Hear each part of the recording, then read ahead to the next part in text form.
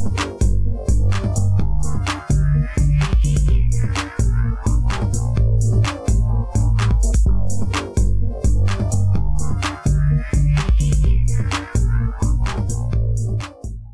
2 has entered the podcast. All right, I'm ready. All right. You ready? I'm ready. You ready? I'm ready. You ready? I'm ready. I'm ready. I just need to know if you're ready. I'm ready. Let's get it. All right, if you're good to go, I'm good to go. All right. You sure you're ready? Yes. Okay. Welcome back, people, to Player 2 Has Entered the Podcast. I am your co-host, Michael Peterson, a.k.a. MC Paper Stacks, a.k.a. MC Gifts Are Wrapped, and ready to go. And with me, as always, is my co-host with the co-most, Derrick Murkison, a.k.a. Full Metal Merc, a.k.a. Old Jolly Saint Merc. Ready to do this. All right. Happy holidays, y'all. Christmas is coming up this week. It sure is. That is my holiday of choice. Well, that in New Year's, that's the holiday of choice in the Peterson household. What are you guys doing for Christmas? Just staying at home, man. My mom's gonna drop off some gifts. Okay. Christmas morning for Nora, and that's pretty much it, man. Cool. I'm just trying to figure out who all is getting something, and you know, am I getting anything? I don't know. I think I'm getting something because Kristen and Ben went out Christmas shopping. Ben's actually, you know, I'm really impressed with him. I tried to trick him into telling me what he got me, and I did it in front of Kristen because I wasn't legit trying to find out. I was more trying to figure out if I could trick him or if he would just tell me, right? Right. And to his credit, he was mum. He was like, I'm not supposed to tell you, and I'm not going to. Right. And I was like, yeah, you're being a bad boy. I know, right? And I was like, well, what did I get? He goes, I can't tell you. And I'm like, you can't tell me because you don't know. He goes, I do know. I just can't tell you. Like, he was getting really frustrated. And I was proud of him. I was like, good for you. Although you're keeping a secret a little bit too good. Don't keep any other secrets if it's not with mommy, okay? Snitches get stitches, Ben. Remember. Yeah. Well, that's the thing. Snitches do get stitches, but at the same time, he's young, and I don't want another adult keeping a secret with him, if you know what I mean. So I was like, yeah, that's true. A little worried. So yeah, I take that back. Snitches are wonderful folks. I wouldn't say that either. We got to find somewhere in the middle here. We got to find some middle ground. It's sometimes required that you snitch. Yes, if you're getting hurt, snitch. Please snitch. Right. So. But yeah, no, I'm actually really proud of him. He's got a good head on his shoulders, and he knows how to keep a gift a secret. Good job, Ben. Ooh, nice. But yeah, I already gave Kristen her gift early. I got her a nice tablet to work on. She's been wanting one for a while, and she can use it to draw, and she can use it to like record and edit videos and different stuff like that. So yeah, she's pretty happy. Awesome. Yeah, I asked her if she wanted her gift early or not on a particularly dreary, sad Sunday where she was like, I'm so bored. And I was like, do you want your gift early if I have it? She's like, yeah. And I was like, here you go. Yeah, I'm just going to call, as of now, I'm going to call the gift for Vicky, her Mac that she's been having and her iPhone that she just got. Yeah, I was going to say, at a certain point when you're an adult, when you want something, you just kind of go out and get it, you know? You don't rely on Christmas anymore. Christmas, to me, has evolved into just more a time to see family, to eat, you know, good food or eat together, you know, similar to Thanksgiving, except for occasionally there's gifts involved, right? Right. So, and I do enjoy giving the gifts more than I enjoy receiving them. And I don't always get everybody I know a gift every single year. In fact, I'm usually very limited on who I give gifts to, but it just depends. If I'm feeling it, if I'm out and about and I'm like, you know what, I'm going to give X so-and-so a gift. You know, it's more for me to go, here you go, and then see them light up when they get to open it or something like that. Like, that's the joy I get nowadays. Man, in college, I was getting everybody gifts. Yeah. When refund checks were hitting. Yeah. Everybody was getting something. I was getting all the siblings something, all the cousins, like, just being reckless with it. Derrick Murkison, a.k.a. Something Claus. Everybody gets something. Right, everybody gets something Claus. Everybody's been naughty. Everyone has flaws. If Santa crossed you off his list, here comes something Claus. That's like one of my favorite SNL skits. You need to look it up. Everybody gets something. Because I haven't seen it. It's really good. It's Kenan Thompson plays something Claus, and he's just giving gifts to all the bad people, or not bad, people who've had a rough day. Like when you quit and burned all the bridges on your way out, you get something. Yeah, speaking of SNL skits real quick, they recently did one where Tommy Davidson, or Pete Davidson, not Tommy Davidson. Pete Davidson was Eminem. Oh, that one. Okay. Yeah. I thought you were talking about the rapper's interview with Queen Latifah and Questlove, I think. Yeah, he was wishing for a PS5. No, I remember that one too. Yeah, that was hilarious. That was pretty good. I don't know if we talked about it before on the show, but if you haven't seen that skit, please look at it. It's hilarious. Yeah. No, it was one of those skits that kind of ended awkwardly. Sometimes they don't know how to end skits really well, but the beginning and the middle were pretty good. Yeah. Mm-hmm. Right on.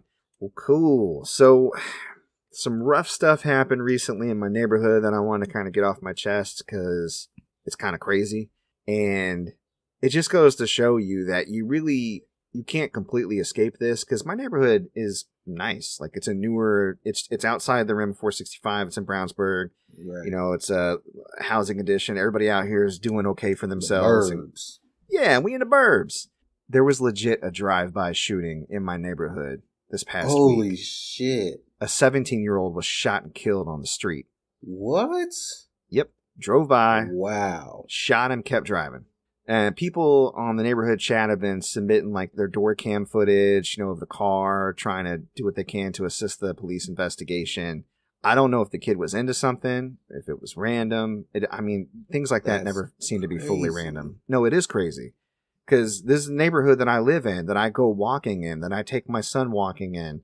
And if I got shit like that going on, you know what I mean? I just happen to be out when somebody else is around being targeted. You know what I mean? Like, bro. Like, this is there were some break-ins not too long ago that somebody caught on their, like, security camera in their house, and that made the news, and that got me a little worried. That's when we got, like, weapons and placed them, like, Kevin Hart style all around the house. Right. Like, oh, you gonna rob me? I'm gonna give you what you want. Yeah. So, yeah, that's when we did that. But now I'm like, I can't even go outside. Yeah. I ain't trying to go outside right now anyways. You know what I mean? Especially not in winter, but... Yeah. And I was just talking to Vicky about that. I was like, you think that the amount of shootings will go down since it's cold outside?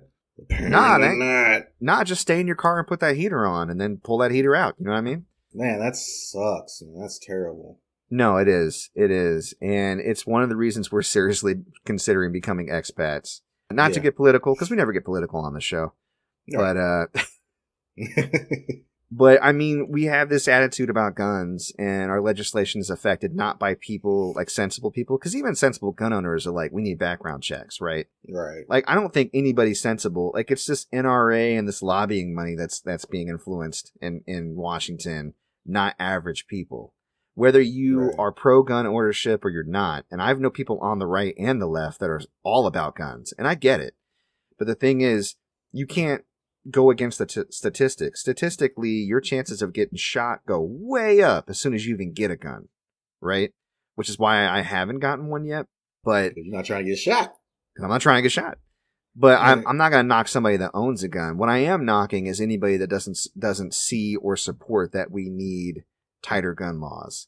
I don't want to hear that only criminals will get guns garbage, because that's just not true. It really isn't. There's a lot of people that can get guns legitly and do ill shit with them, as evidenced by the people who get guns legitly and do ill shit with them. Yeah, exactly. So, and it's not like we're trying to make it impossible or completely ban guns or make it impossible to get them. I'm not even asking for that. Honestly, personally, I don't see anything wrong with that, but I understand that not everybody feels the way that I do. But at the very least, come on, man. Come on, about that Constitution, baby. All about the Constitution, baby. Yeah. Until it isn't. Yeah. Right, exactly. much like everything in life. It's all about this thing until it isn't, So yeah, that was a big bummer. And on a lighter note, we're getting solar panels probably. Sweet. So, you know, I can stay indoors with my electricity from the sun. On a lighter note, no pun intended. Yeah, right. Well, damn it. If only I had saw the connection, there would have been a pun intended. Yeah. Oh, but that's what I'm here for. Yeah, thank you. That's my co-host with the co-puns. Yeah, Copins. Copins.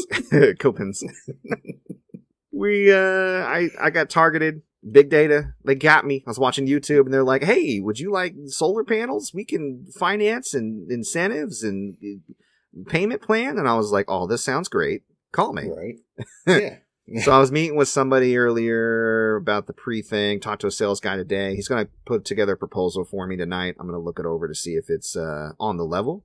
And yeah, we might be getting some solar panels. And the cool thing is that it connects to the grid. So if we produce more electricity than we use, IPL pays us.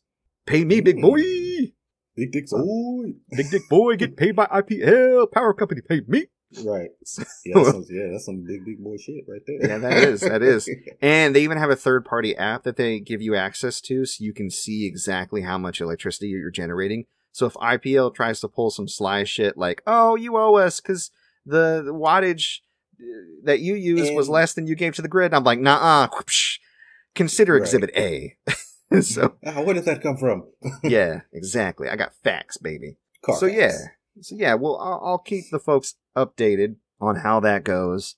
Let's see. The only other personal thing I can think about, I have completely regressed, and I am remiss to admit that I tried so hard and got so far, but in the end, I'm back to drinking soda.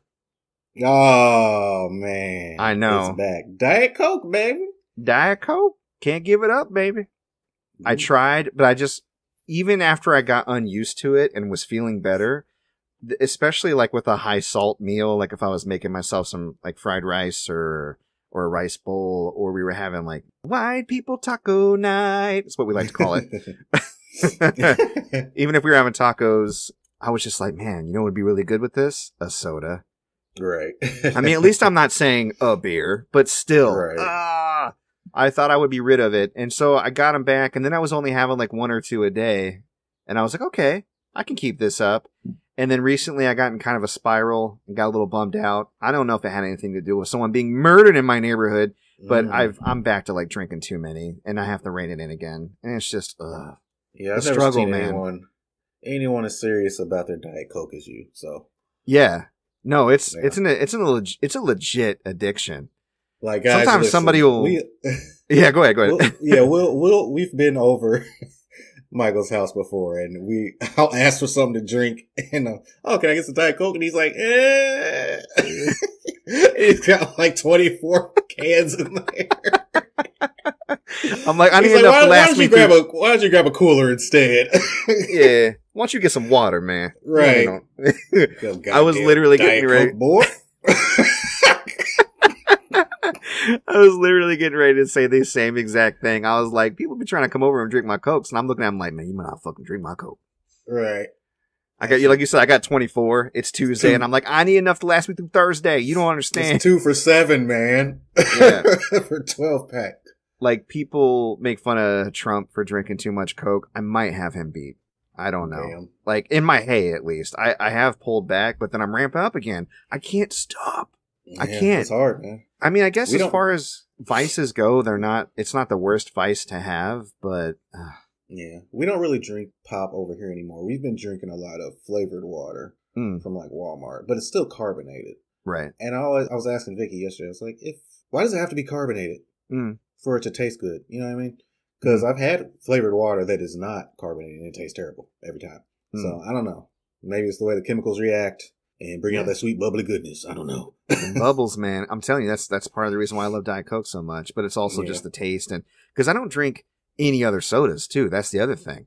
I've tried like bubbly water. Trust me, people have been like, "Why don't you try flavored water? You try like because Kristen drinks all that crap. You know, the stevias and the whatever they are, the flavias. What they call? I don't know what they're called. The Anyways. labias.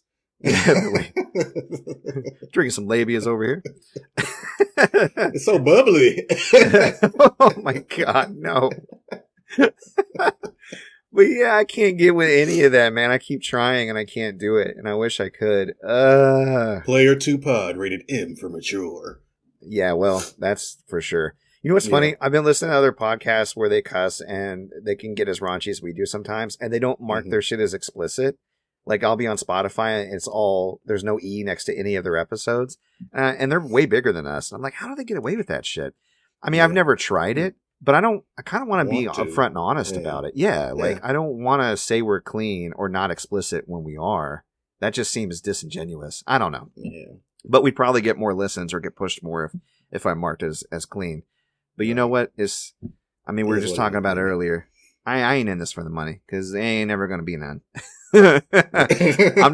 I'm in this for the love, the convo. He basically just said, we ain't shit. Yeah. We ain't shit. We ain't ever going to be shit. But no, I mean, if we find our audience, cool. I just don't think our audience is going to be a bunch of people concerned about whether or not there's an E next to the episode. You know what I'm saying? Right. Yeah. Woo! What else we got this week? Okay, so you had some personal stories that I've been wanting to hear about. The last couple of weeks, we've been hearing about this eBay battle, man. What's going on? Yeah. So, you guys, I told you, like you said, the last couple of weeks, I had item not received case open up against me, and what ended up happening is that the case was decided in favor of the buyer. They didn't receive it. And then 2 days later, of course, they got it. And so I emailed eBay. I said, hey, this case was opened up against me, and you were supposed to place the case on hold for 10 days, and you guys didn't do that, and they got the item 2 days later. So I feel that you should remove this defect on my account and also give me back my $20. Right? And it's like, $20 isn't a lot of money, but it's not about that. It's about the principle.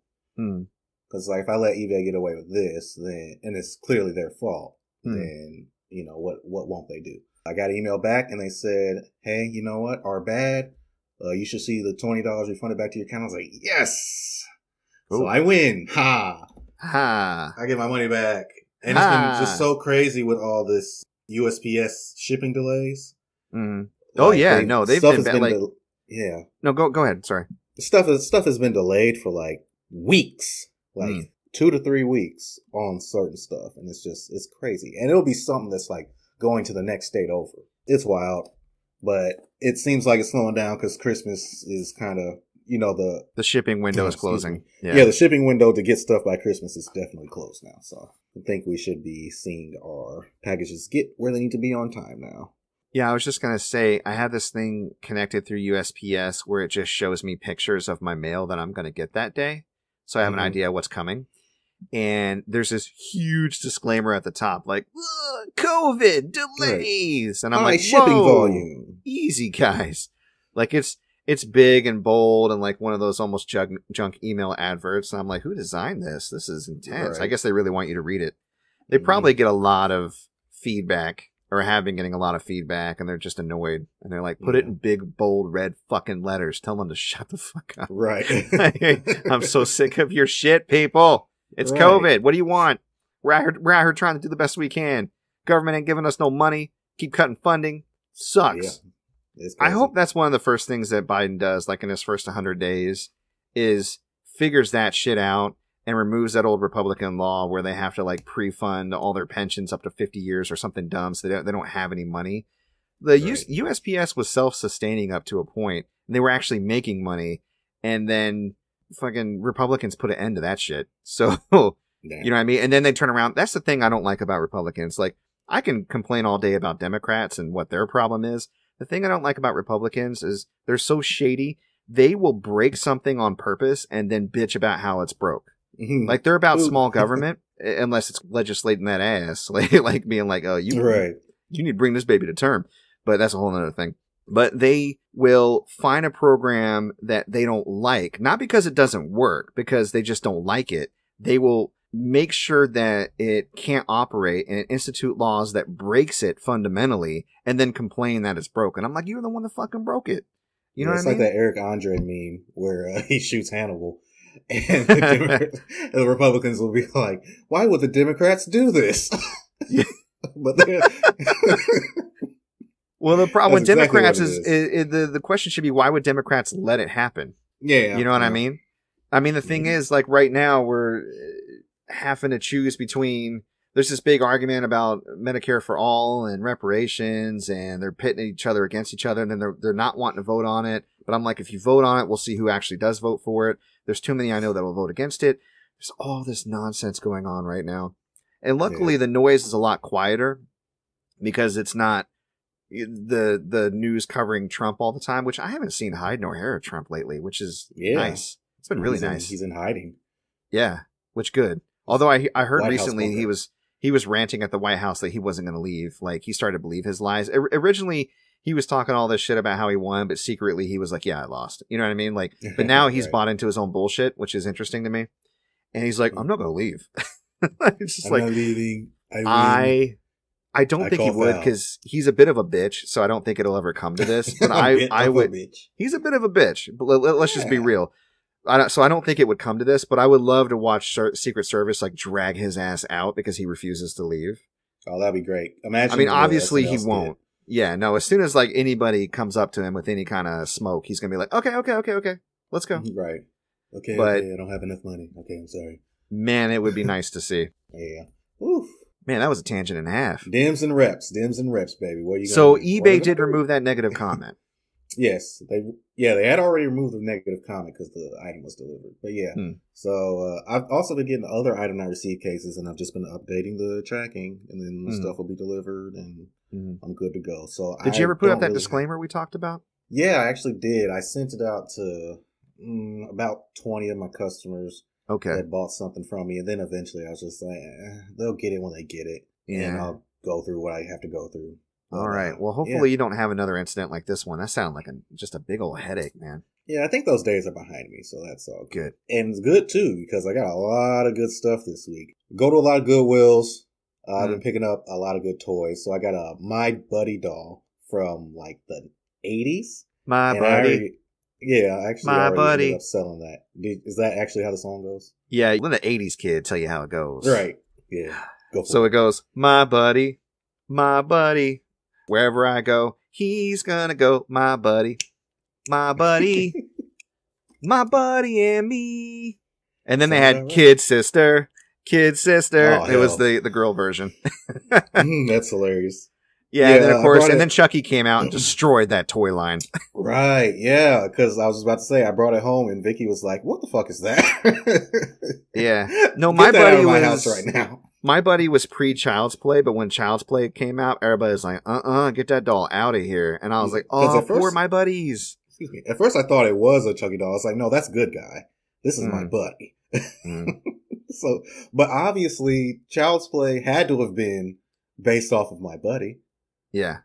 And they just took that doll and just decided to destroy the toy line. So that's cool. Yeah, because can you imagine the brain dead business decision to come out with My Buddy after Child's Play? Yeah. Wow. No, thank you. I'm surprised they didn't sue the shit out of the movie studio for that. I wonder if they did. That's something I want to look up. I want to dive down that internet rabbit hole. The battle of My Buddy versus good guys. Who will win?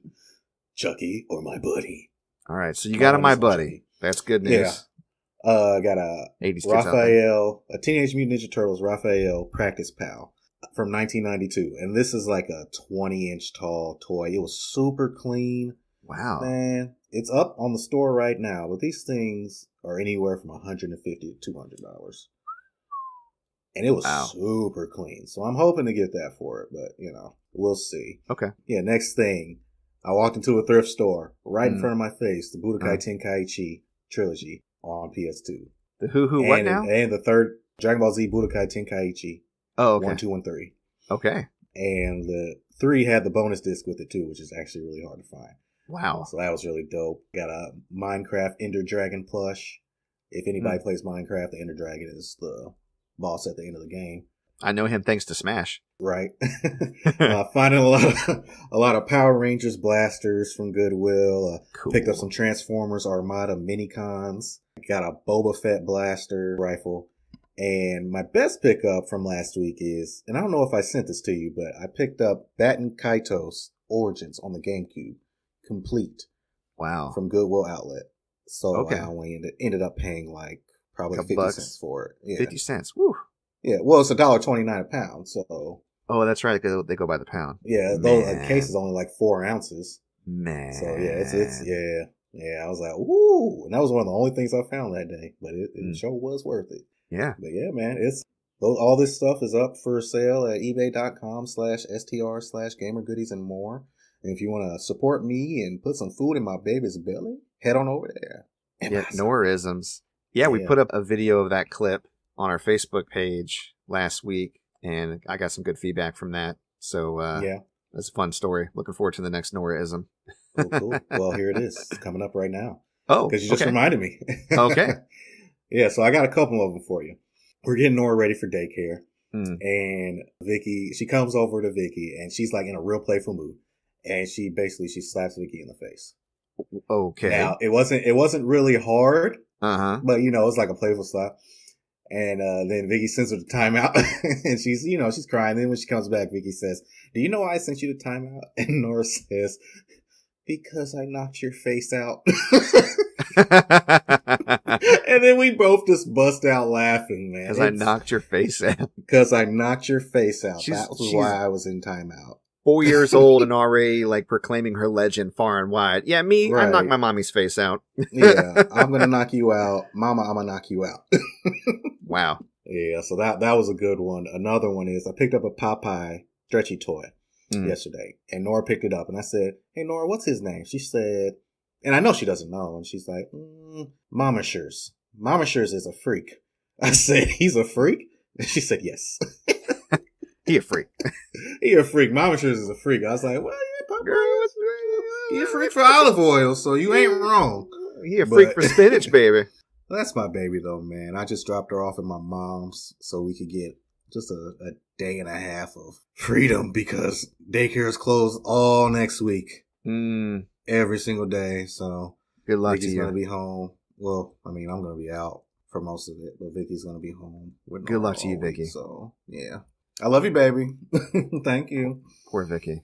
But yeah, that's pretty much it. I got some sad news for Star Wars fans. The original actor that played Boba Fett, Jeremy Bulloch, passed away at 75, which is just really sad. And the timing is crazy because of everything going on in Mandalorian right now. Yeah, the popularity of Boba Fett and everything now. And him getting his own show. Yeah. That got announced 2021. Yeah. Coming. Spoiler alert, yeah. I don't know if it's a spoiler of him getting his own show, but yeah, still cool. Yeah, that's true. You're right. But yeah, man, I don't know if you want to get into talking about this week's Mandalorian. We can put a big spoiler alert up right now. Yeah. Spoiler alert. Let's talk about spoilers. Because just Friday this week was the season finale for season 2. And I'll let you kick it off, man. Yeah, man. It was a fucking amazing. Yeah. 10 out of 10. Wow. Would recommend. Not ghetto in the least. It was so good. It gives, I don't want to get that far that fast, but everything leading up to the end was just great. It was action packed all the way through. There was some weird dialogue there at the beginning, but they quickly turned that around and they just stormed Moff Gideon's light cruiser, and it was girl power done right. You know what I mean? I was thinking that. I had a thought, and I was like, there are a lot of women in this crew.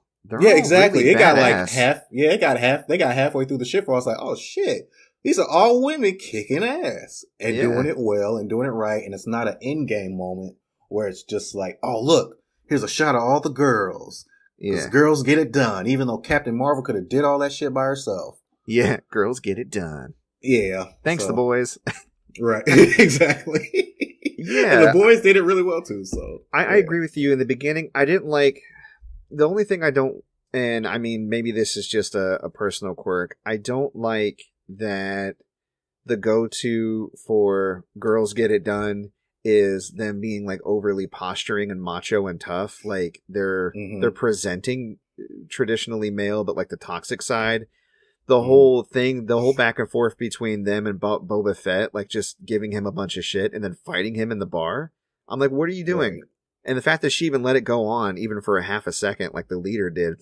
I think what they were trying to do is set up Bo-Katan, trying to set her up not as a villain, but as an antagonist. Because she's in the Clone Wars series. Yeah. And Rebels, so there's probably some history there. Was she bad in that series? I'm not sure. I'm sure she's like more of a anti-hero type of, whatever side fits her agenda, she's gonna. This show, whatever's gonna get me that Darksaber, baby. Yeah, I was gonna say this show tied into the Clone Wars way more than I thought it did. Now I need to go back and watch Clone Wars. I feel like, which is probably Disney Plus's idea. They're like, yeah, now we're gonna get a bunch of people go back and watch this other show we got. So I'm gonna kind of need to. And this last episode solidified the timeline we were in because I was always fuzzy about it. I knew it was post the original trilogy and not the prequels, the original trilogy. So it was after, Luke Skywalker and the crew saved the day. but I didn't know how far past that point because it didn't seem like they were fully established with the New Order or whatever. Right. So I knew it was kind of somewhere in between there. Mm-hmm. But this one definitely solidified it up. So yeah, they're on that ship kicking ass, and the plan is most of the crew go through and fight to get to the bridge to get to what's his name? Gideon. Moff Gideon. Yeah, the main bad guy. Moff Gus. So yeah, Moff Gideon. And meanwhile, the Mandalorian, he will sneak in after they've made a big ruckus and just go straight to the holding cell to get the child, to get Grogu. And I knew Moff Gideon was going to be waiting for him there in that cell. Because I think Moff knew what was up. You could tell from the very beginning he looked surprised at all. There's subterfuge with he shouldn't have been. Because from the last episode, Mando sent him that message. He was like, I'm coming. Let him know he was coming. And I was like, why would he do that? It made for a real badass scene, but strategically it doesn't make any sense at all. No, it didn't make any sense. It was like, he was like, I don't know who you are. I don't know what you want. I can tell you that I have a certain set of skills. Right, exactly. Why are you letting him know you're on to him? Moff Gideon was like, good luck. Right. I got Dark Troopers, baby. So they have that standoff. I thought it was interesting that Moff was like, look, I already got what I want from the child. You can just take him and go. And I believed him. I believed him too. That was good acting right there. That's Giancarlo. I know, right? Flexing. He was like, I don't give a shit. You can go.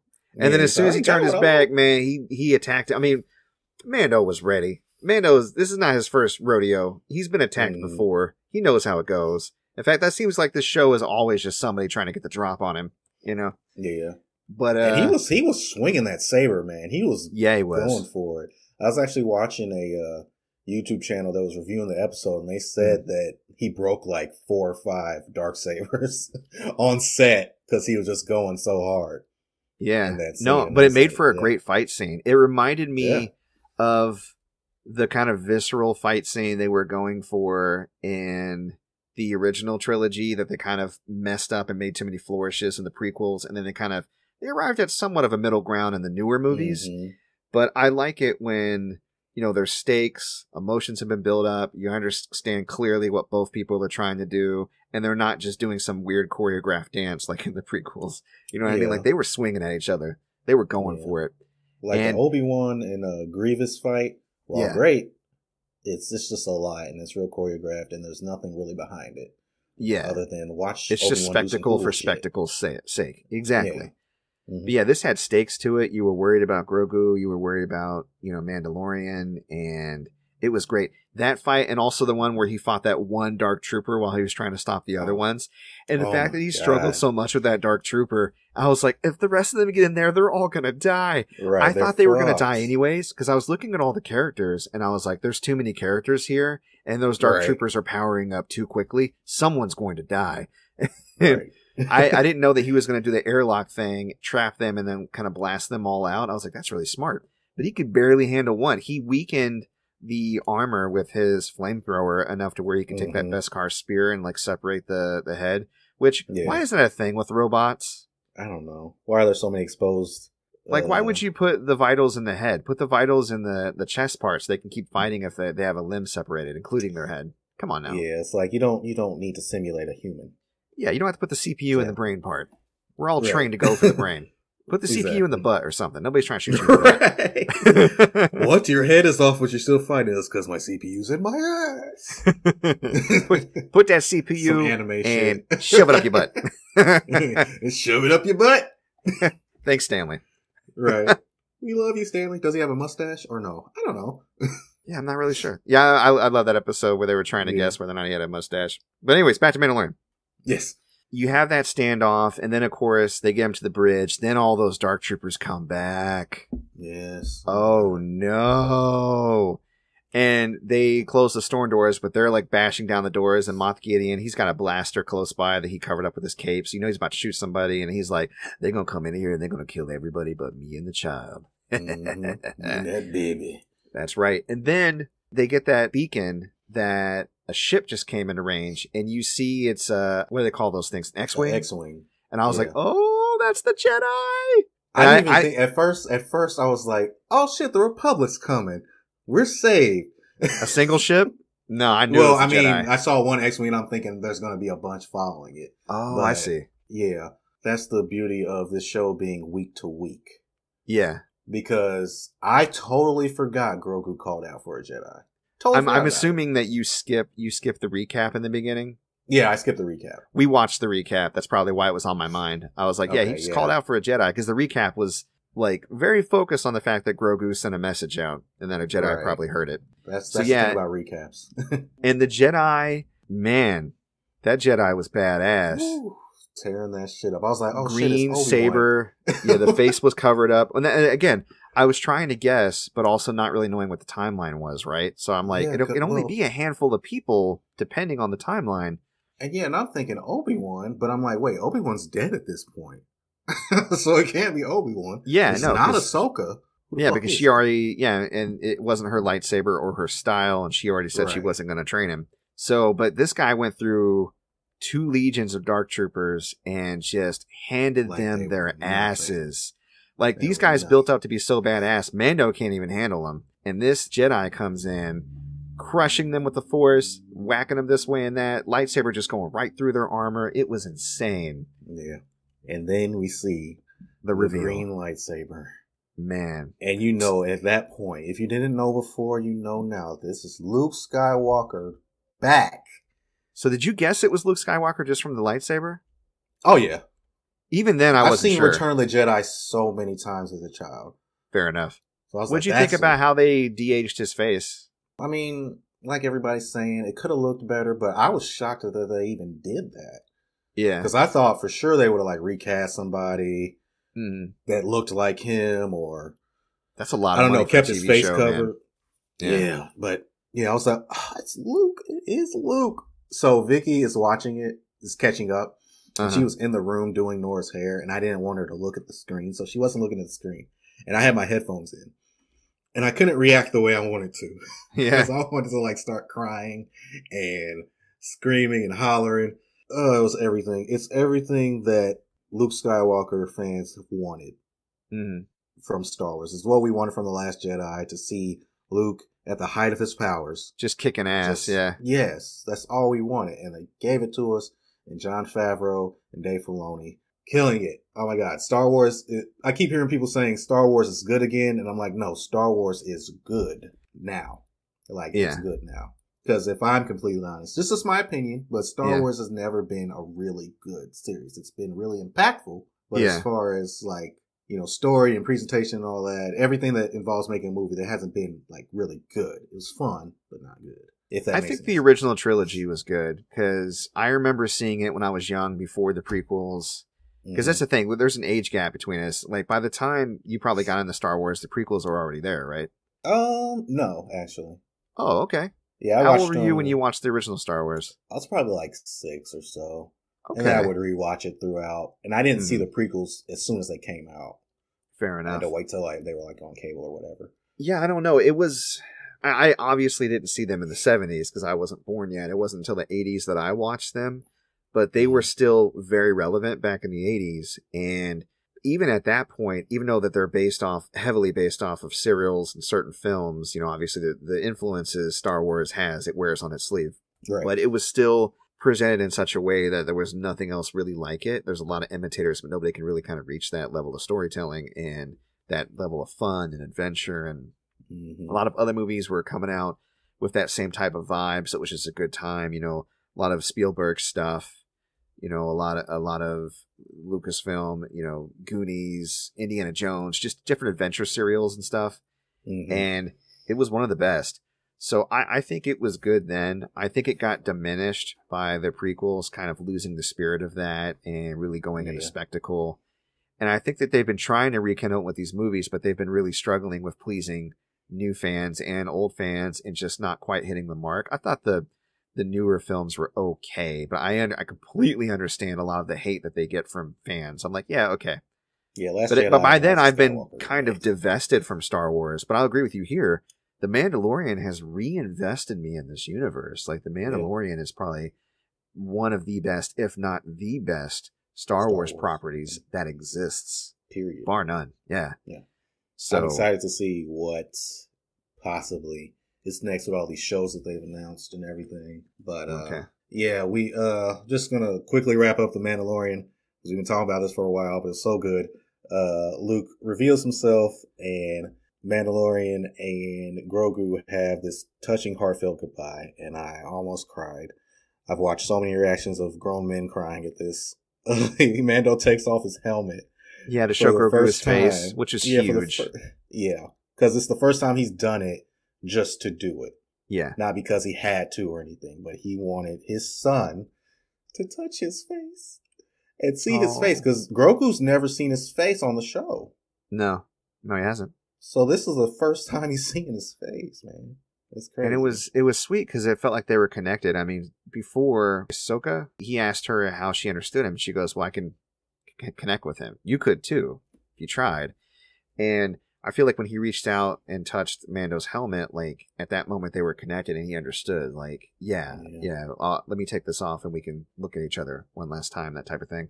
And it was a really super touching moment. And it helps that Grogu is like the cutest thing this side of our toddlers. Like, right. He is so cute. Yeah, Vicky calls him unbelievable. Go-Gurt. Yeah, I called him Go-Gurt or Yo Girl. Yo Girl. Yeah, I was like purposely messing up his name after they revealed it on that episode, and Kristen was cracking up. But then Mando says goodbye. Luke Skywalker takes Baby Yoda. And R2-D2's there too, just for some extra nostalgia. And then it fades to black. And then we get a post-credit scene with Jabba the Hutt's palace. Mm-hmm. And Bib Fortuna, who was Jabba's right-hand man, had taken over, obviously, after Jabba and he's died. gained some weight. He has gained some weight. A little bit. Well, sitting on that throne, he kind of needs to. He needs to fill those big Jabba shoes. His little head tentacle is thick. That's so thick, baby. Yeah. And what is her character's name?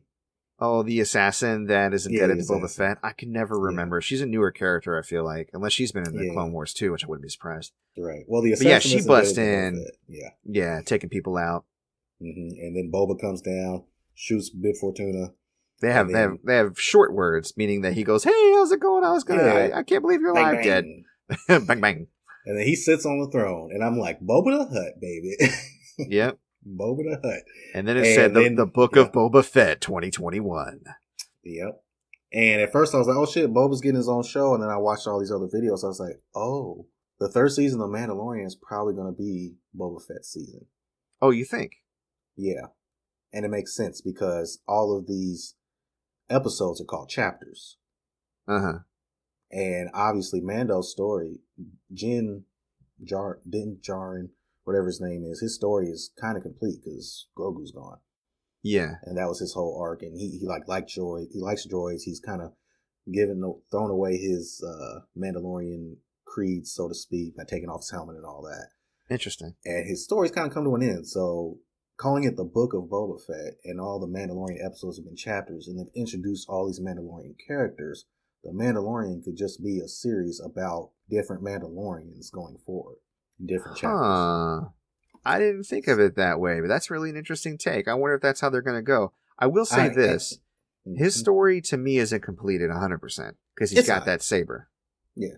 There's that whole challenge, right? Yeah. Between him and the other Mandalorian leader that needs to take place because he was like, I yield. And they're like, you can't.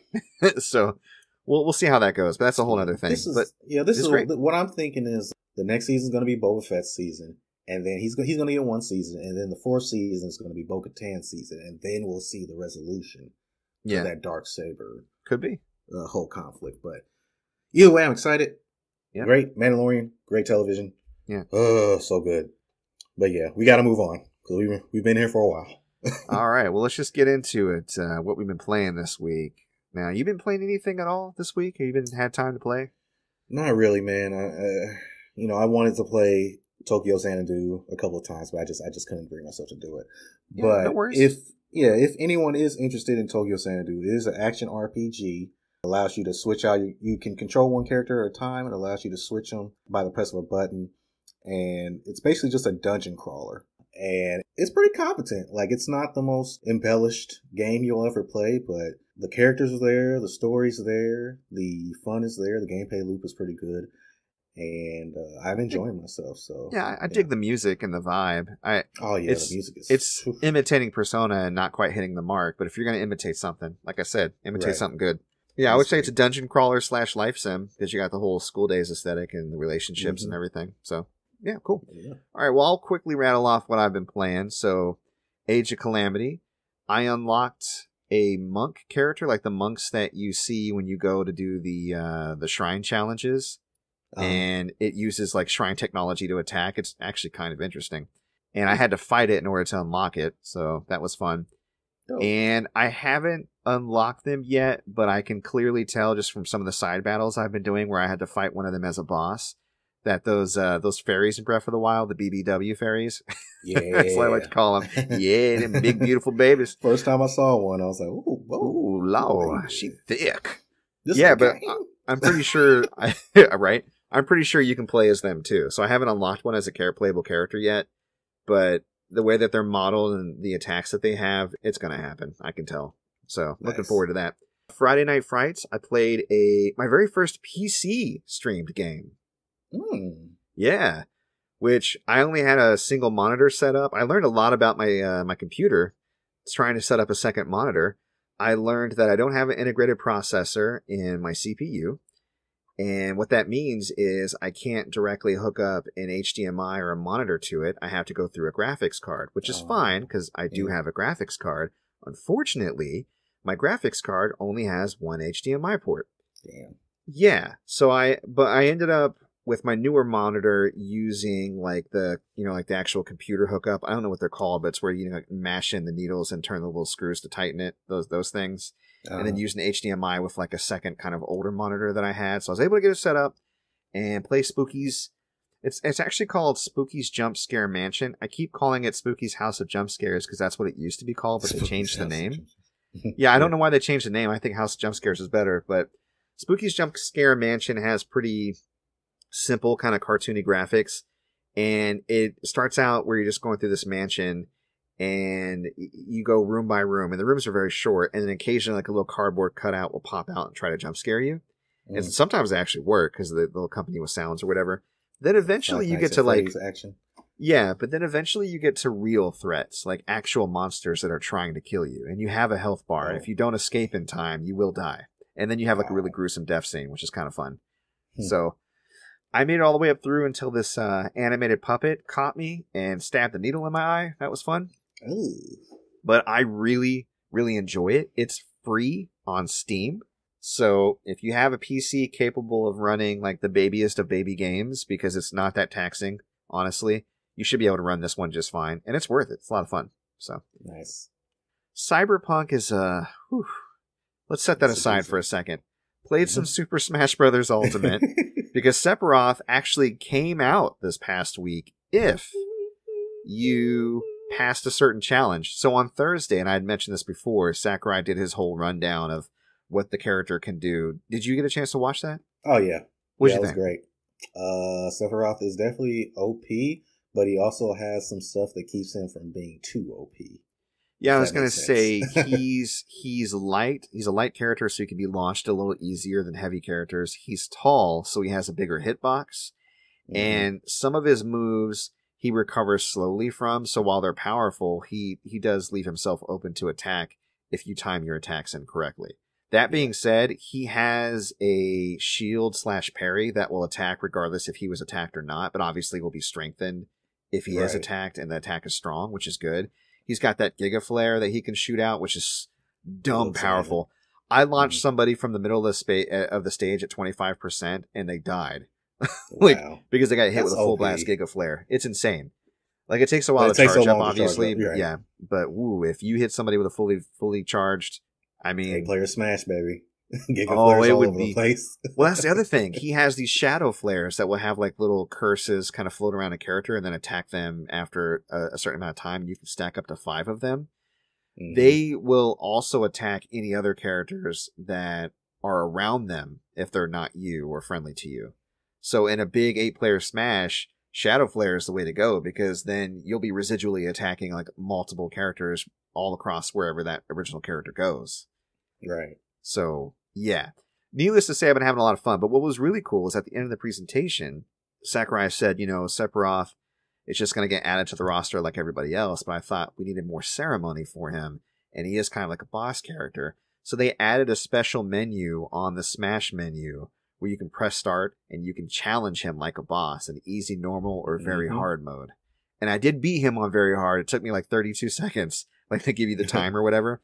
But not on my first try. It took a bit. Right. I eventually beat him with Falcon Punch. Ow! That's great.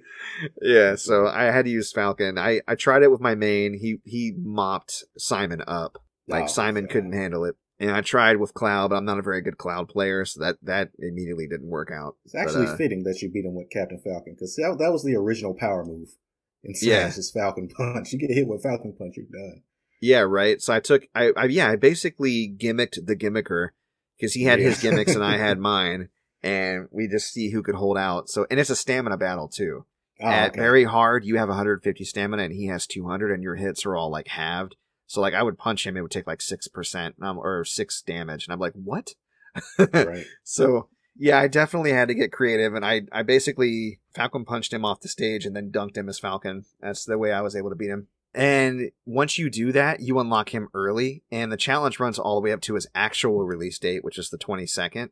And you get him, you get his stage, you get his music. You can even play through in classic mode as him. And classic mode is just a boss rush. So you go through and fight all the bosses, which, I know Sakurai showed that off. Sakurai did a good job, by the way. Wow. Yeah, it's nuts. It's nuts. I mean, of course, he develops the game, so of course he's good at the game. But I'm like, he's so good at this game. He's so intimately familiar with all the attacks. I was thinking that too. You know, like he just knows the range and how they're going to attack and what the animations are. He's got them all memorized. So he showed them bosses a thing or two. And that, I almost think he did it on purpose, but that battle against Crazy Hand and Master Hand was clutch. I was like, is he going to do it? And then he pulled through, and I was like, yeah. We knew Sakurai wasn't about to lose. Yeah, no, it was exciting. It comes out fully on the 22nd, I believe, which is, here in a few days. And that will give you access to probably his spirit battles, and I'm excited to see what those are. And then the new costumes. So Geno fans were disheartened by the fact that we have a Mii Geno costume, which means we probably won't get Geno as a playable character, which I don't expect we're going to get any more Square Enix characters in this pack. I just don't think we are. Yeah. They seem to be doing more characters are in this pass? 3. Or was this the last one? I don't know if there's going to be another pass, but there's 3 more characters that are scheduled for this pass. Really? I would have thought Sephiroth had been the last one. How are you going to top Sephiroth? I don't know. I don't know. Yeah, because that'd be a whole nother show just speculating. Let it happen. So, yeah, we can quickly get into news about Cyberpunk and a few other things, just kind of rattle through it. We're getting to the top of the hour, though, so we don't have to go all day. That way we can do the Derrick X Mike Anime Challenge. Yeah. So, very quickly, Cyberpunk. A lot of news about Cyberpunk, just the whole drama. Cyberpunk came out with that statement like, hey, you can get a refund, but they didn't really work out refunds with any of the retailers or Sony or Xbox. So everybody's trying to get one. They're like, what are you talking about? Right. So I'm like, what is wrong with Cyberpunk right now? Like, or what is wrong with CD Projekt Red? It's crazy, man. Even their own employees, they had a shareholder or manager meeting, and a lot of the employees are like, what is wrong with you guys? Because I feel bad for all those developers working so hard on this game. And they push it out without, proper quality testing or bug fixes. They push it out early, and their stock price dropped. And they even said that they're not going to, set the bonuses to the scores anymore, which that's a dumb practice to begin with. Right. But this whole debacle, all it showed me is gamers at large react terribly to controversy. Because first, you had all those reviews that were 9s out of 10s. So let's set aside that for a second. But anyone that was less than that, they were immediately attacked, even though nobody had played the game yet. Right. Yeah, people accurately reporting that the game may cause seizures. Attacked. This rabid fan base was attacking anybody that said an unkind word about CD Projekt Red. Then it comes out, and you see what a buggy, broken mess it is, especially on PS4 and Xbox. Yeah. And all those reviewers giving it 9 out of 10 had to have had copies of the games. I know a lot of them talked about playing it on regular consoles. Didn't really mention how bad it was. So already you have that broken system where people were reviewing games professionally, like the bigger outlets. I mean, we all knew they were full of shit, but it's just a reminder that, wow, you guys really don't give a damn. You're in the pocket of whatever publisher is giving you an early copy. Exactly. Then you have all those rabid fans defending the game, immediately turning on the game because the bugs that affected them directly, right? Not because it gave people seizures, not because there were issues about like certain depictions of certain people in the game, because, oh, my game is buggy. And then immediately just over attacking, CD Projekt Red and Cyberpunk and going nuts about it. It reminds me of the controversy earlier in the year of Last of Us Part 2. And I'm like, these people need to get a life. It's a video game. It's a toy. Exactly. Like, obviously it upsets me too. I'm a little annoyed by it. I mean, it's crashed on me 19 times now. Yeah, like 19. you spent money on it. Yeah. And I think it's one of those, situations where I think they kind of had to release it because they've been working on it forever. And I don't know if their shareholders were looking to them to just delay it some more. Like, they've got to see some return on their investment. But it's just wild how buggy it is. And like, I haven't played it personally, but I've seen the gameplay and I've seen the reviews, and it's wild. It just goes to show you that you can't just buy a game based on what a company has made before. Like, they made The Witcher 3, and you, like, with BioWare used to be amazing. Now, most of the games that come out with are buggy messes that aren't good.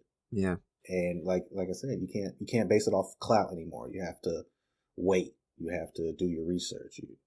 And that's the thing. Not everybody's in the know like you or I, right? Like, we know when like major developers leave a studio, or when a publisher is bad or has a bad track record of destroying or breaking down a studio, or overexerting influence to the point where they're making bad decisions, right? Like, we all knew EA was the downfall of BioWare.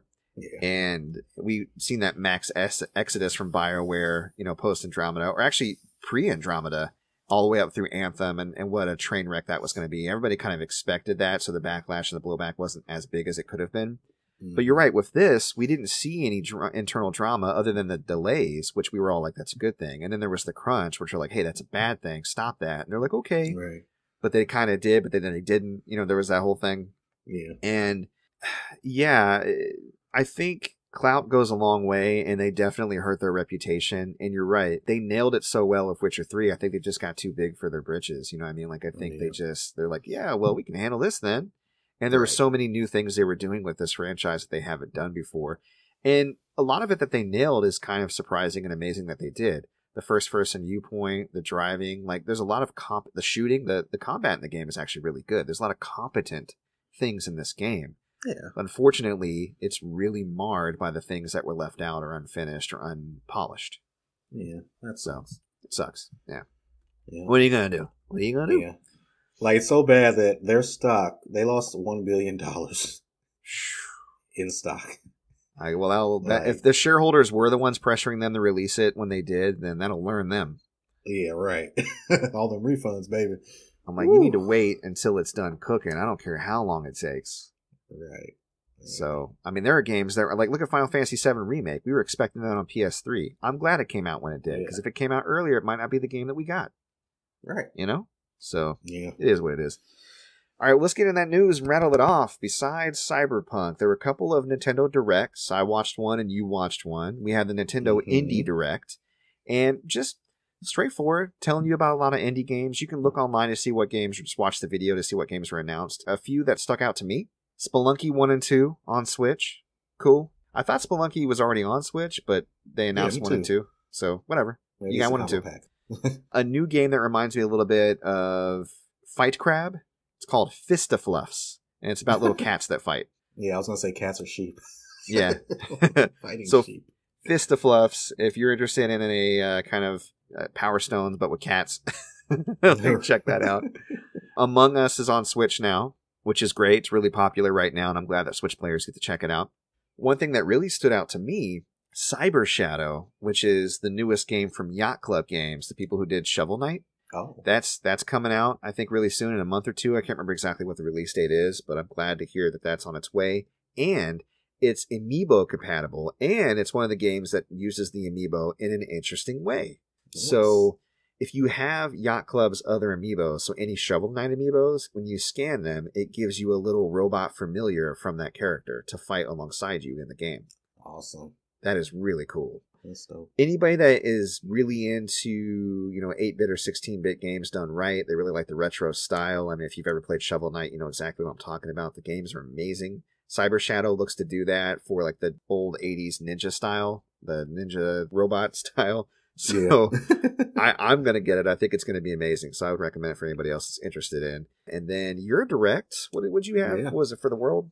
Yeah, Super Nintendo World. Okay. Universal Studios Japan. Oh, man. Shigeru Miyamoto, the creator of Mario, gave us a little tour through Super Nintendo World, which is a little misleading name because it's basically just based off of Super Mario World. Like it's an entirely Super Mario World themed theme park. What system was on, what system was Super Mario on? Super Nintendo. Oh, so it's Super Nintendo World, right? Yeah. How is that misleading? Well, it's misleading because so calling it Super Nintendo and then putting the world after it implies that there's various Super Nintendo properties. I get what they're doing. They're replacing Mario with but Nintendo, they just did just Mario. I get you now. Okay. Yeah. I was thinking you were saying it was misleading because it should have been all different Nintendo properties. But you're saying no, it should have been all different Super Nintendo games. I get you. Right. Yeah, but it's literally it's a recreation of Super Mario World. It looks amazing. It almost looked fake how good it looked. Wow. Like they had the Goombas stacked on top of each other, moving around, and they got the coins spinning around. What? Piranha plants, the boulder guys, like everything. It's really cool. You get these power-up bands that you can use to hit coin blocks and get coins. And there are secret objectives that you can find hidden around the theme park. There's a mushroom-themed restaurant where a digital toad chef will come up and talk to you. And it's just really cool. And I showed Vicky. She's like, why are you showing me this shit? It's in Japan. When the next time I'll be in Japan? Yeah, I was going to say, I wish I had the money. Ben would lose his ever-loving mind. Well, then He's I've got obsessed good news with for Mario. Oh, what's the news? He did announce that they are going to be opening Super Nintendo Worlds in Orlando and Los Angeles. What? Yes. Oh, we're and scheduling Singapore. a trip. Yeah. So. Oh, Singapore? I got to go there now. Right. Just playing. Orlando. Jeez, I'm going to Singapore. Yeah. So if you've got any listeners in Singapore, look forward to a Super Nintendo World in your country. It's going to be sweet. It looks amazing. Just go watch it. Go watch the direct. It looks really cool. Yeah, now I'm excited. I want to go watch it. I wasn't going to watch it because I thought it was just going to be in Japan, and I didn't want to hurt my feelings, you know? Right. Yeah, I just watched it. They got me in my feelings. Right.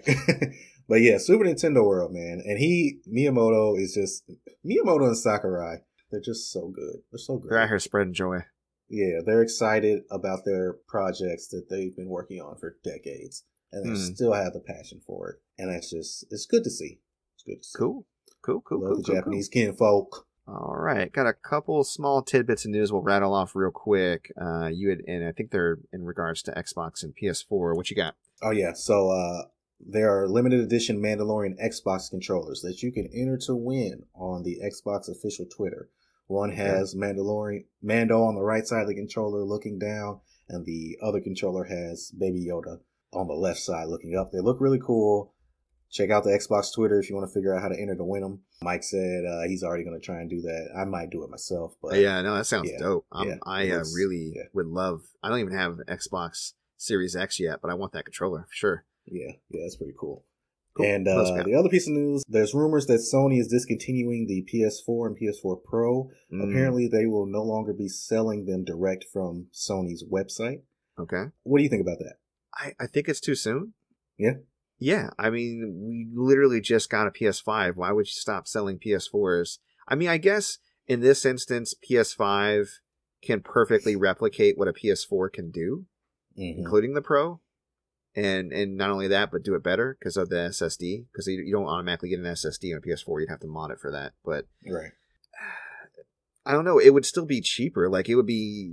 Maybe they just didn't have enough inventory, and they decided they were gonna, or they have too much inventory, and they know they're probably not gonna move them as quickly, and they don't want to lower the price as much. I don't know. I have no idea. Usually, we don't see this until like 2 or 3 years into the life cycle. Yeah, no, it's a bit surprising. I mean, Wii U lasted way longer than it probably should have, to be honest. But yeah.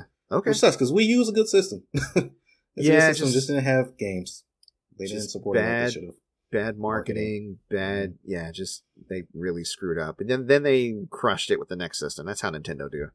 Right. So, all right. Well, then I got one question for you then. This week, I just have to ask, Derrick, what you feeling? I am feeling Goodwill Outlet. Oh, now, for those of you who listen to the podcast regularly, I talk about Goodwill Outlet a lot.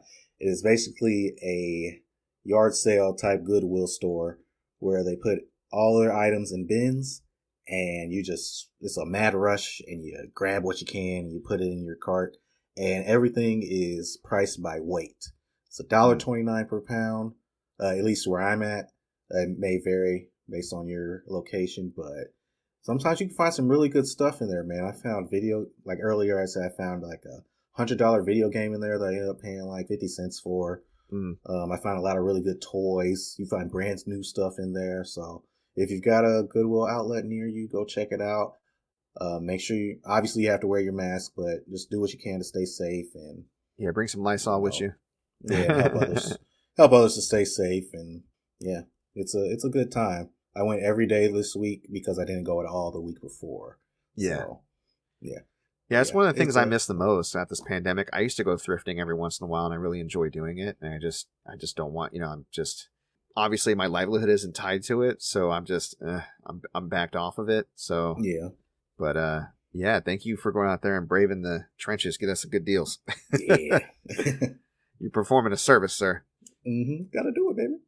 All right, so this week I was reminded of a TV show just from some back and forth exchanges on Facebook that was really into, and it still hasn't gotten a second season, and it needs to. So I need you guys to be feeling this show too. And that is Seis Manos. Remember Seis Manos? We talked about it. Yeah. You say yeah like you don't like it. Yeah, I didn't. Get out of here, hater. Seis Manos is the greatest show of all time. No, I'm just playing. Okay, here I'm going to give you the elevator pitch, people out there, so you can see whether or not you'd like it. The animators are the same ones that did the Castlevania Netflix series. And they even have a little Alucard Easter egg in one of the episodes. If you're eagle-eyed enough, you can see it. It is set in Mexico. And the opening scene shows this weird ritual where this guy spreads ashes in a cross formation on this guy's tongue. And he prays to like this Virgin Mary looking statue, but it's not quite her. It's somebody else. It's like the mother or something. And then he just turns like almost like a zombie, but like just super powered. And the guy orders his henchmen to try to kill the guy who just got super powered. And he just destroys them all. He's ripping off limbs. He runs out into the night and then eventually attacks this small town where a dojo actually resides. There is a man who is obviously not Mexican. I think he's Chinese, if I recall. And he has a dojo, and he has 3 students that live there. They look like 3 orphan kids. And they're all like in their 20s. And he's teaching them kung fu, basically. And they get wrapped up in this cartel that is run by the guy that did the weird ritual. And how he's trying to infect people and create like these monsters. So there's this whole story.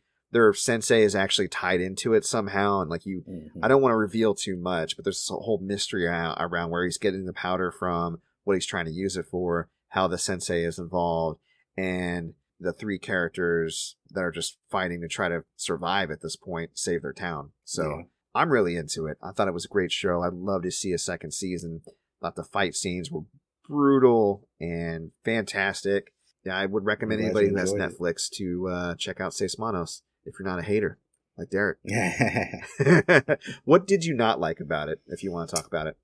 The story. Yeah. What was weak about the story to you? Oh, I haven't seen it since it came out. I was going to say, it was a while. Was it just like the overarching story? Was it the back and forth dialogue? The overarching story, the characters were kind of, Yeah. And it was just kind of, it was really violent for violence's sake. That's a fair assessment. Overly gory. Mm-hmm. And I don't mind gore. I love Mortal Kombat, but it just, I don't know, man. It was a lot. That's fair. It was a lot, and it can be better. And seeing that it was the people that made Castlevania, I expected better. I see. And just for another little tangent real quick, Blood and Zeus, Blood of Zeus is another anime that was created by those same people. Yeah, I was eyeballing that. It's hot doo-doo garbage, man. Oh, it's not good? Oh, yeah. I don't check it out. I see a lot of people that comment that they love it and they like it, and I'm just thinking to myself, my expectations are way too high. Well, your anime bar is huge because you've seen so many. I totally get that. So, and it's not even just about is the show good. It's like, is the directing of it good? Like there are long pauses that don't lead to anything on that show, and it's just I don't like it. Yeah, I might check out the first episode and see. So I will say watched the this. whole I thing. enjoyed Seis Manos more than Dragon's Dogma. Like, that's where I stand. Yeah, okay. Yeah. I get you that. So, but okay. All right, cool. Well, the only thing left then, I think, is the triumphant return of the segment that we've been missing. The segment that brings us power. The segment where we charge up Beyond to measure. It is time for the Derrick X Mike Anime Challenge! This week, I challenge you to watch Berserk episode 12. And you challenge me to watch Full Metal Alchemist Brotherhood episodes a ton. 34 through 36 to be specific. So let me ask you, Derrick. Berserk episode 12. What do? It do some big old Casca backstory type of thing. Casca backstory. And as we know from the last episode, Guts and Casca are still in that cave, and she just decided to, wait till their enemies are off their back and get warm. And she just went off into her backstory. Mm-hmm. And so turns out that Casca was from a village that was very poor. They kept getting raided by bandits, and one day a nobleman comes and wants to buy her off of her father. And her father is like, well, since I don't have enough food to feed these kids anyway, here, you can have her. And at first she's like kind of happy that she's maybe going to get a better life. But when they're in the carriage, of course, the nobleman immediately tries to attack her and force himself on her. Which, who didn't see that coming? She even says it herself, looking back, I probably should have seen that coming. Yeah, she was a child. I mean, I like the fact that even in the face of all that violence, she still had hope. Like, it just sucks it was taken away. It was very, very graphic, but he rips off her shirt and is about to rape her, and then Griffith shows up aboard his steed, a white shining knight. And he throws a sword to the ground, and he tells her, if you have something to protect, pick up the sword. And she picks it up, runs it through him, and she says to herself she doesn't know if he fell on it or if she stabbed him herself. Yeah. But either way, this was a new direction that her life. Yeah, she killed a man. This was a new direction that her life was going in. And it just shows moments of her and Griffith, her admiring him from afar, her becoming his number two. And they eventually reach this castle with this king who has a bunch of slave boys. And they all look kind of dead-eyed and in rags, and apparently he's been using them for his personal pleasure. Gross. Like, Jesus, this show. This show is really into it. They do not shy away from the abuse of children, which is a thing, but just, man, ugh. Yeah, and Casca one night is walking by the castle, and she sees Griffith with no clothes on in the nobleman's bedroom window. Yeah, bedroom window. And then he kind of just puts his arm around him and brings him back in. And then the next scene we see Griffith in the lake bathing himself because, he just gave himself up for this nasty old man. And Casca's just asking him, like, why would you do that? And he said to himself, I have a dream. And that dream is to build my army up, but my army costs money. And in order to get that money, I'm willing to do whatever it takes. And actually, before this, I skipped it, but a kid who had joined them ended up dying on the battlefield.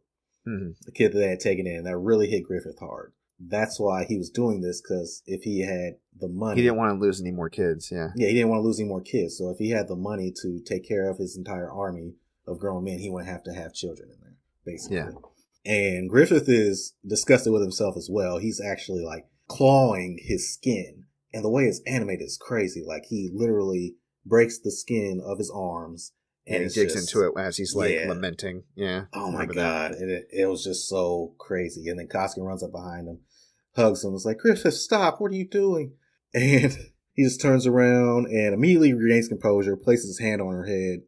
And I forget exactly what he says, but I'm sure you remember. Do you remember what he says to her?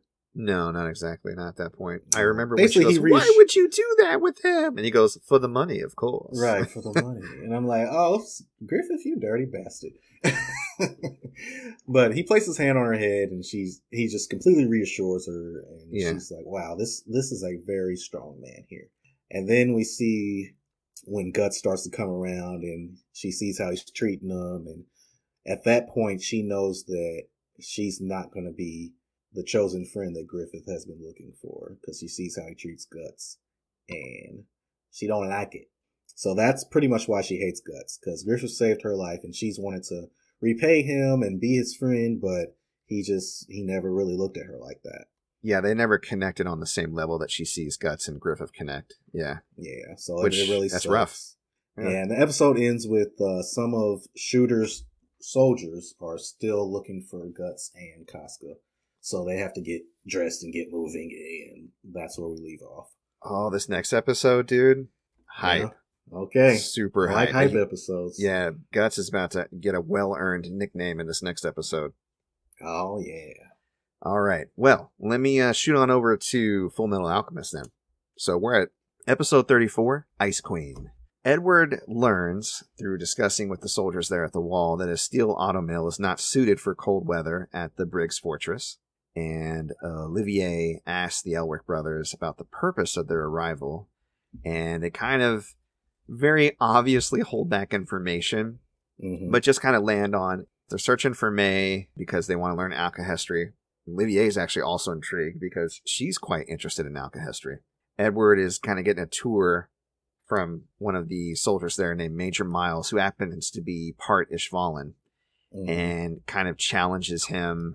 They challenge each other on the, being in the army and the stuff that they've done, especially when, with the slaughter of the Ishvalans. And Edward says a very odd phrase, and I'm like, you're almost there, buddy. And it stood out to me, so I took a note of it. He said, I think people should ignore their race and try to treat each other equally. And I was like, ooh, missed the mark. Right. Let's not ignore it, but let's treat each other equally. It's a Japanese show, and they're homogenous, and I think that they were doing good because it's easy for them to ignore backgrounds because that's just not a part of their history. But I was like, that's part of the problem. Ignorance about each other's differences and not celebrating each other's differences and the value inherent in having diversity is part of the problem. Right. Anytime you get a diverse group of people together, the ideas, the progress, the strength is elevated, especially if those involved respect that and utilize that. And yes, then try to treat each other equally.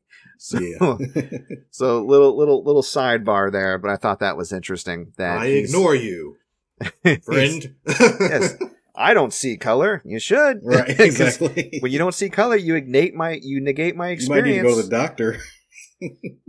Like, the same people that say I don't see color go, I don't think the police treat anybody differently based on, it's like, Right. If that guy was white, they would have done the same thing. Anyways, they run into Fallman, who has been posted to Briggs. He's one of the men that was under, Mustang's command that was exiled, and he went to the north. And as they're catching up, a new homunculus that we've seen like very brief scenes of that was kind of kept underground below where Father is, Sloth. He appears up from under the ground. He had been like digging a tunnel apparently all the way to the north. And Olivier is surprised at the fact that when they try to attack him, he's completely invulnerable. And even more surprising, Edward seems to know exactly who he is. And they're like, you must be in league with this guy. He's like, I swear I'm not. And they go, well, who is he? And then Edward's like, shit, I can't tell you. Like, they'll kill Winry if I expose them, right? So he's holding back his knowledge and just mentions that the homunculus is invulnerable to a point because he can heal and he can't be killed, but his makeup is similar to that of a human. And that does give Olivier an idea of how to finally defeat it. And Sloth, by the way, huge. Very inconvenienced by inconveniences. Says things like, oh, I'm getting shot. That's annoying. This is going slow. That's it. Like, he doesn't really seem to understand where he's at. And I don't know if he popped up on accident or what happened. Right. So when you shoot to the next episode, 35, Olivier and her crew, they manage to find a way to subdue him by dousing him in fuel. I guess the fuel that they use for their engine tanks or something. And they shove him into an elevator using her tank and then two other tanks to try to back him up into it, which is insane. And then they kind of force him outside. And when he gets blasted outside and he falls down into the blizzard, he immediately starts to freeze because apparently the fuel that they use, the way that it's the composition of it, fast freezes in the cold, which I don't know why you'd want that type of fuel in the cold. Right. Didn't make any sense to me, but maybe it's because it burns a certain way. I don't know. Yeah. So he freezes and then stops moving, and then they've essentially, they'll deal with him in the spring. Right. Stay there till spring, you monster. So Olivier has the Elric brothers arrested at that point because she knows they're withholding information from him, and she's like, shit just got real. And they shoot to Kimberly in the hospital, because, he got almost killed. Yeah, exactly, by Scar. General Raven, one of the top generals that, was in Bradley's little corrupt cabinet, he visits, and he brings along another state alchemist to heal his wounds. Mm-hmm. And then they shoot to Marco hanging out with May, and he's continuing to look into the history of alchemy, and she's teaching him how it works. And then they shoot to Edward Alphonse with Olivier and Buccaneer, one of her, big generals that they originally met, and Fallman, one of Mustang's men. They're all investigating the tunnel that Sloth came from and what he used to invade Briggs. And when they get far enough in the tunnel, she stops. She's like, all right, give me all the info. No more bullshit. Right. And they basically tell her what's up. They tell her all about the homunculi. They tell her about the plot, the Ishvalan stuff, everything. They drop down a map, and they're looking at the tunnel, and they deduce that all these conflicts that Amestris has been using to expand are all points along this tunnel, and then when Ed draws around it, it makes a huge alchemy symbol. Mm-hmm.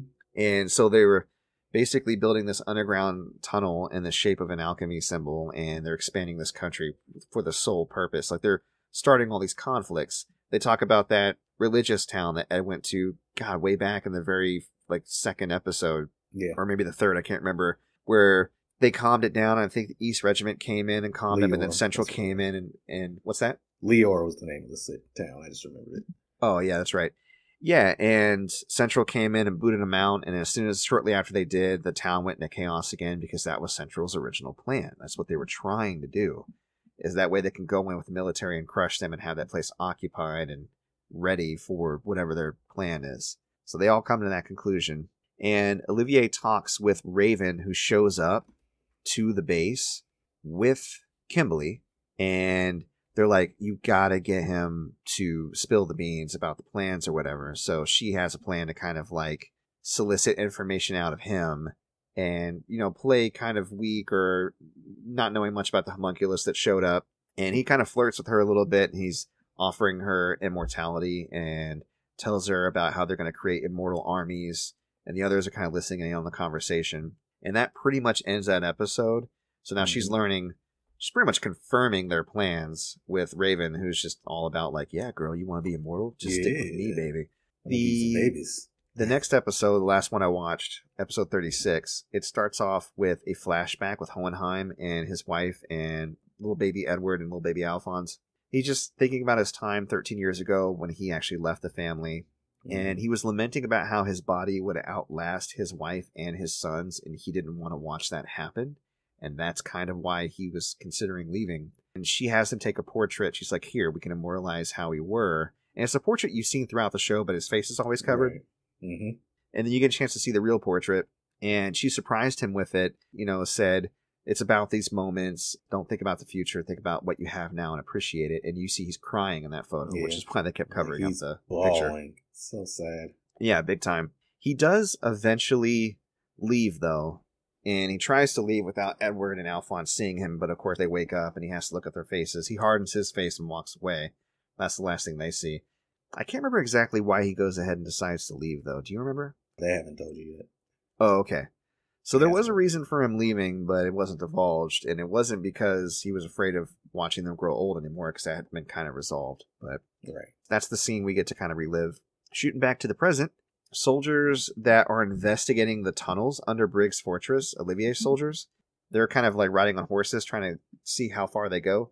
This shadow kind of shoots across the tunnel, and you see an eye similar to the Eye of Truth, and then spikes shoot out and just kill all of them. They get fucking massacred. Eviscerated. Yeah, it's bad. It is some Berserk type stuff. Yeah. To compare it to something. Raven, still meeting with Olivier, tells her to go ahead and put Sloth back into the tunnel and seal it off and not worry about her men who have not returned, which kind of pisses her off. She's like, but she's still trying to play friendly with him, so she agrees. they put Sloth, they like pick him up or whatever via crane. He's thawing out. They put him back in the tunnel and he just keeps digging. Yeah. He goes off. Oh, such a pain. And Miles is stalling Kimberly for time in another part of the fortress while Olivier and Raven are watching the tunnel hole, the main one, get covered up with cement. And then she just stabs him and tosses him in there. Yep. She's like, bye, Raven. I got everything I need from you. Yeah, that was crazy. Yeah, that was crazy.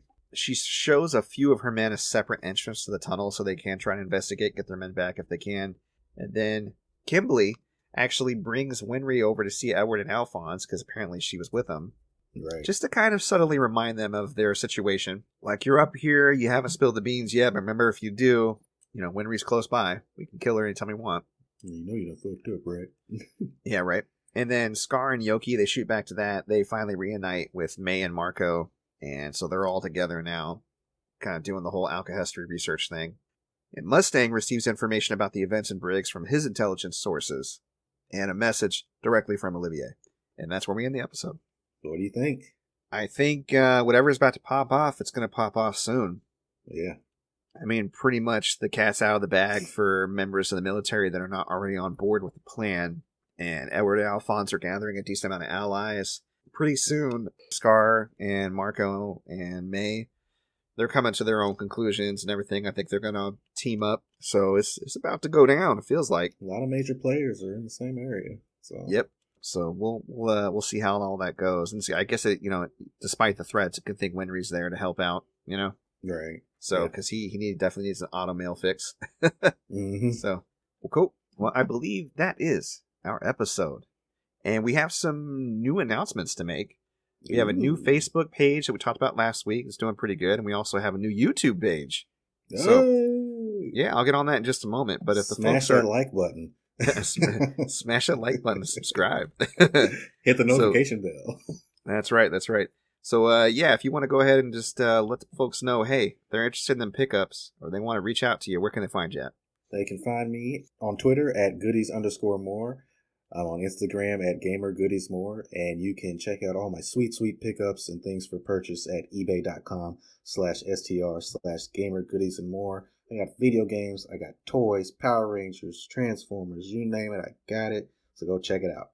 Right on. All right. And you can follow me on Twitter at MikePetersonAL.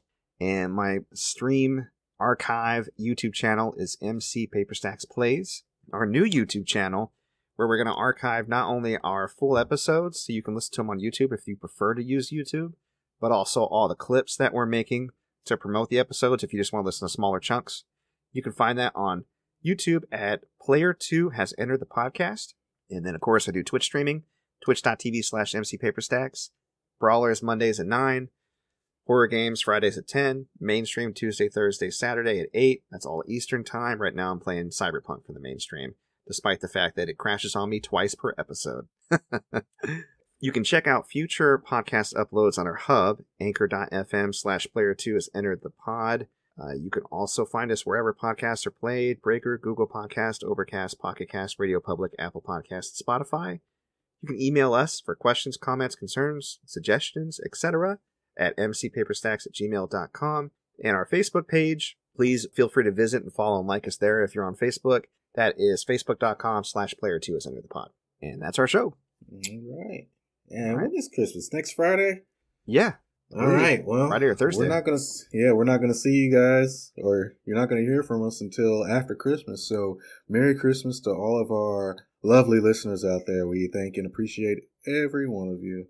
Yeah. And we hope you have a happy holiday. Yeah, happy holiday to all of you. We appreciate you very much, and we will talk to you next week. Bye-bye. Peace.